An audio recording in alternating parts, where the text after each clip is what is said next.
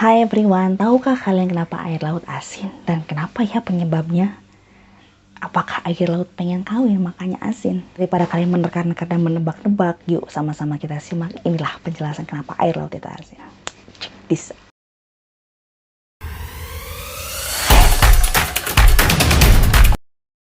Alasan kenapa air laut itu asin.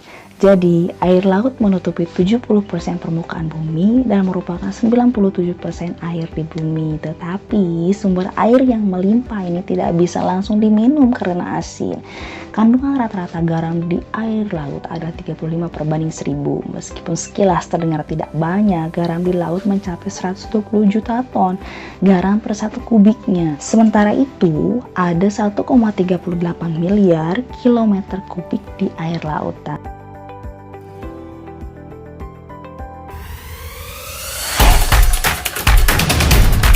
Alasan kenapa ya air laut itu asin? Kenapa sih? Garam dari daratan ketika hujan terbentuk dan turun menembus udara, air hujan mengakumulasi karbon dioksida dari atmosfer sehingga bersifat sedikit asam. Dikutip dari penelitian Herbert Svensson, "Why is the ocean is salty?" Air hujan mengerosi batu dan membawa sedikit garam dan mineral lain yang terlarut. Wah, seperti itu katanya.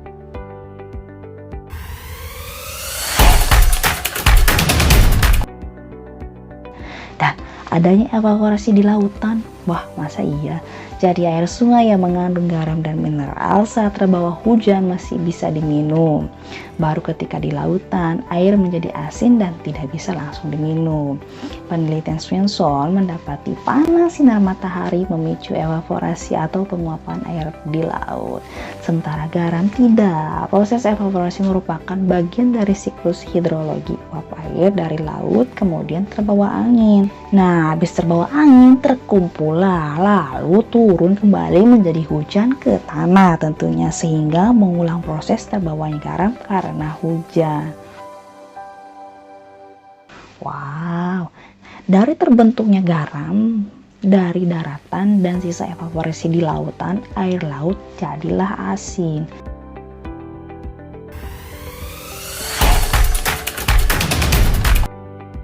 Terdapat sumber air panas dan gunung api di bawah laut. Bener nggak sih? Yuk simak. Garam di laut juga ditambah dari aktivitas sumber air panas dan gunung api bawah laut. Penelitian Svensson mendapati material yang keluar dari gunung api atau sumber air panas bawah laut merupakan gas dan benda padat, menambah kadar garam di dalam lautan.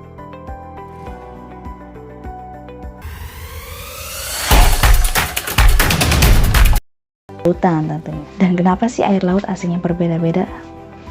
Kembali lagi, menurut penelitian Svensson juga mendapati kadar garam di laut meningkat seiring tingkat penguapan dan tingkat pembekuan air laut. Sementara itu, kadar garam menurun karena hujan atau pencairan es dari laut. Svensson mendapati rata-rata selintas air laut adalah 35%. Di tempat dengan evaporasi tinggi seperti Laut Merah, selintas air laut mencapai 40%. Tidak seperti sodium dan klorida yang membuat air laut asin. So, materi yang larut di laut seperti kalsium, magnesium, bikarbonat, dan silika diantaranya dikonsumsi oleh organisme di laut. Berkurang karena presipitasi kimia dan reaksi fisika kimia di laut. Jadi, kadar kandungan terlaut ini rupanya turut mempengaruhi berapa asin air laut.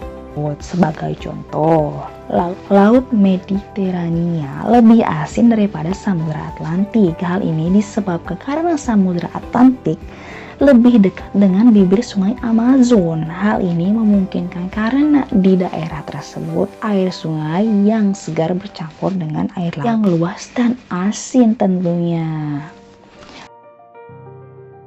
Dugaan air laut asin karena garam yang terbawa dari sungai semula diteliti ahli astronomi Inggris Edmund Halley pada 1715.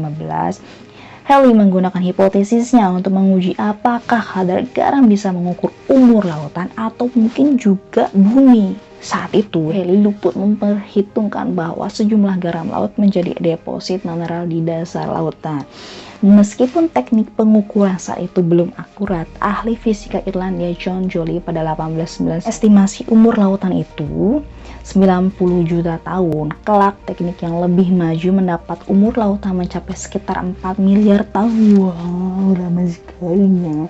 Nah, rupanya garam dan mineral yang terbawa hujan sampai aktivitas gunung api bawah laut mempengaruhi penyebab kenapa sih air laut itu asin.